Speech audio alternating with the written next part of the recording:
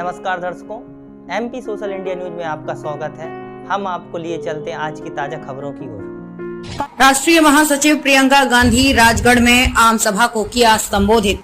टंटिया मामा की प्रतिमा का किया अनावरण के बाद जनसभा को किया संबोधित। राष्ट्रीय महासचिव प्रियंका गांधी मध्य प्रदेश के राजगढ़ में पहुंची, जहां आप सबसे पहले टंटिया मामा की प्रतिमा का अनावरण किया। उसके बाद आप सभा को किया संबोधित करते हुए कहा कि आदिवासी समाज के राष्ट्रीय नायक टंटिया मामा ने हमारी आजादी के लिए बलिदान दिया। मेरी दादी इंदिरा गांधी भी महापुरुष रही थी। आपका पूरा भरोसा रहा। कई महापुरुष ने अपना बलिदान दिया। मैं आ रही थी तो मैंने यहाँ के नौजवान से पूछा, इस देश का भविष्य क्या है? मोदी सरकार पर निशाना साधते हुए कहा, भाजपा सरकार में किसानों का जीवन मुश्किल है, हमारी बहन बेटियां सुरक्षित नहीं। शिवराज सरकार को निशाना बनाते हुए पटवारी परीक्षा घोटाला है, पोषण आहार घोटाला, महाकाल घोटाला, भाजपा सरकार के कई घोटाले। वहीं पूर्व मुख्यमंत्री कमलनाथ ने कहा, शिवराज सिंह झूठ की मशीन है और पूरे घोटाले और भ्रष्टाचार की सरकार बन गई। हजारों की संख्या में कांग्रेस कार्यकर्ता एवं ग्रामीण जनता हुई शामिल। ऐतिहासिक सभा से विधायक प्रताप ग्रेवाल का आलाकमान की नजर में कद बढ़ेगा। साथ ही विधायक प्रताप ग्रेवाल ने प्रियंका गांधी को टंटिया मामा का स्मृति चिन्ह, आदिवासी संस्कृति का प्रतीक तीर कमान, आदिवासी संस्कृति के चांदी के आभूषण, बाघ प्रिंट की साड़ी भेंट की। बड़ी संख्या में कार्यकर्ता मौजूद रहे। वहीं राजगढ़ में स्वर्गीय कांग्रेस नेता मोहनलाल जी शर्मा मूर्ति पर माल्यार्पण कर उन्हें याद किया। जी, आज सरदारपुर केसरी में विशाल आम सभा, आप क्या कहेंगे? आपको कैसी लगी? अच्छी, बढ़िया लगी हमें तो। मैं बधाई देता हूँ प्रताप ग्रेवाल जी, आपके लोकप्रिय विधायक जी को, यहाँ की कांग्रेस पार्टी को, कांग्रेस के संगठन को और हजारों जो कांग्रेस के कार्यकर्ता पूरे निमाड़ और मालवा क्षेत्र से आए, उनको जिन्होंने कि यहाँ पर आकर हमारी सभा सफल बनाई। और मैं बधाई देता हूँ प्रियंका जी को, जिन्होंने बड़ी इत्मीनान से अपनी बात कही लोगों को और बहुत ही प्रभावशाली भाषण उनका आज रहा। आज पूरे देश में बढ़ती हुई महंगाई, झूठे वादे, बेरोजगारी का जो उन्होंने उल्लेख किया, वाकई में देश के सही हालात उन्होंने अपने भाषण में उल्लेख किए। मैं बहुत बहुत आप सबके प्रति आभार व्यक्त करता हूँ। मैं मोहन खेड़ा ट्रस्ट को भी बधाई धन्यवाद दूंगा, जिन्होंने प्रियंका जी के दर्शनों के लिए वहाँ पे सारी व्यवस्था करी। बहुत बहुत मोहनलाल जी शर्मा के यहाँ पर भी। जी हाँ, पंडित मोहनलाल जी शर्मा के चिरंजीव ने मुझको आग्रह किया था, मैंने कहा जरूर आऊंगा, क्योंकि पंडित मोहनलाल शर्मा जी कांग्रेस के स्तंभ थे राजगढ़ के, और आज उन्हीं की दुकान की रबड़ी भी खाई।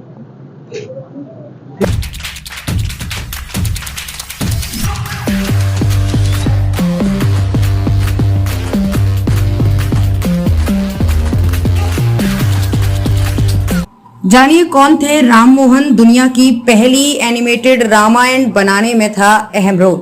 जब साल 1992 में animated film Ramayana the legend of prince Ram को भारतीय दर्शकों से फीकी प्रतिक्रिया मिली थी, लेकिन पिछले कुछ वर्षों में ये एक कल्ट क्लासिक बन गई है। प्रभास कृति सेनन अभिनीत फिल्म आदिपुरुष की रिलीज के साथ हिंदू महाकाव्य रामायण एक बार फिर से चर्चा का विषय बन गया है। इस फिल्म पर लोग मिलीजुली प्रतिक्रिया दे रहे हैं। हालांकि रामायण की बात करें तो बड़े और छोटे पर्दे दोनों पर ही ये कहानी कई बार अलग अलग रूप में पेश की जा चुकी है, लेकिन सबसे ज्यादा प्रसिद्धि रामानंद सागर की रामायण को ही मिली है। हालांकि उस रामायण के बाद अगर कोई दूसरी रामायण फेमस हुई है तो वो है animated Ramayana the legend of Ram. ये एनिमेटेड रामायण बच्चों से लेकर बड़ों तक सबको पसंद आती है। आपको बता दें कि ये एनिमेटेड रामायण हाल फिलहाल में नहीं बल्कि साल 1992 में बनकर तैयार हुई थी, और सबसे दिलचस्प बात यह है कि इसे एक जापानी फिल्म मेकर ने बनाया। साल 1993 में युगो साको के निर्देशन में बनी जब ये रामायण भारतीय सिनेमाघरों में रिलीज हुई तो इसे बहुत कम खरीदार मिले। पिछले कुछ वर्षों में ये क्लासिक बन गई है। 90 के दशक के ज्यादातर बच्चे इसे कार्टून नेटवर्क रामायण के नाम से संदर्भित करते हैं। ये एनिमेटेड रामायण एक संयुक्त इंडो जापानी वेंचर था। फिल्म का निर्माण साको ने किया। साको को 80 के दशक में भारत की यात्रा के दौरान इस कालजयी महाकाव्य पर फिल्म बनाने की प्रेरणा मिली।